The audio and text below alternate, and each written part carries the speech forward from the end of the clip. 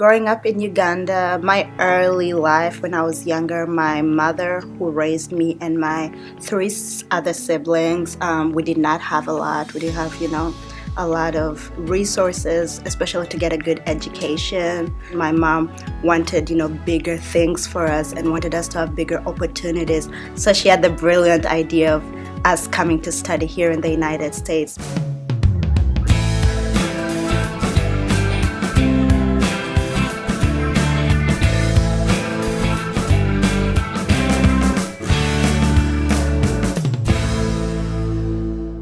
So we applied for different colleges and Pierce College, and I got into Pierce College. As an international student, it was a good one because here at Pierce, they make sure they have many activities, many, things so that the international students feel at home.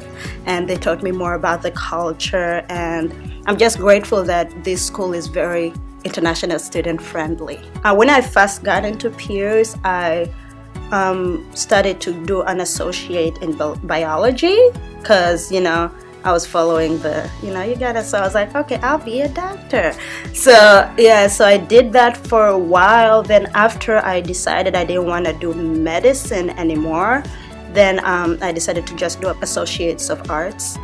Growing up in Uganda, being a fashion designer is not a thing.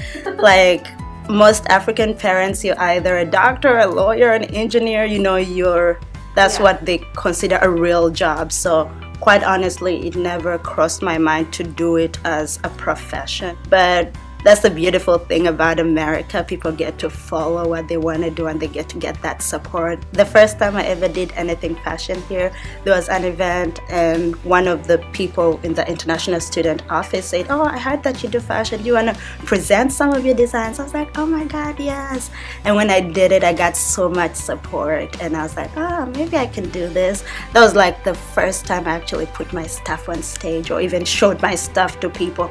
So that was the first time, and that's a very special moment for me. The response was very positive, and people were like, "Oh my God, you made this!" And I was overwhelmed because I didn't think that my art would actually people would receive it the way they did. Yeah, so my designs, I decided to go for designs that is a blend between the African culture and the Western culture, and bringing a piece of home here and teaching people about where I'm from and introducing it to other people. It warms my heart and it opens the eyes of other people to know that, hey, there's a world outside there that we don't know much about. This year I decided to do 2 pageants, Miss Uganda North America and Miss Africa Washington State, and I won both of them somehow. And they have been opening opportunities for me in both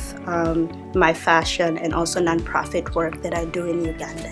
When I was running for these 2 pageants, they say you have to have a platform or something you stand for. So my platform was education for underprivileged youth, because I told you my story about not having, good education at the beginning of my life.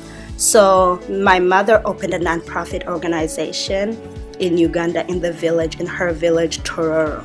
So what we do is we provide youth with education, and we also train them in vocational skills.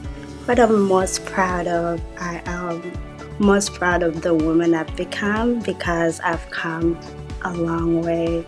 Oh yeah, it has had a lot of impact on me. That was the way I actually started with the fashion. It's what put my foot out there, and I decided, oh, I can do this.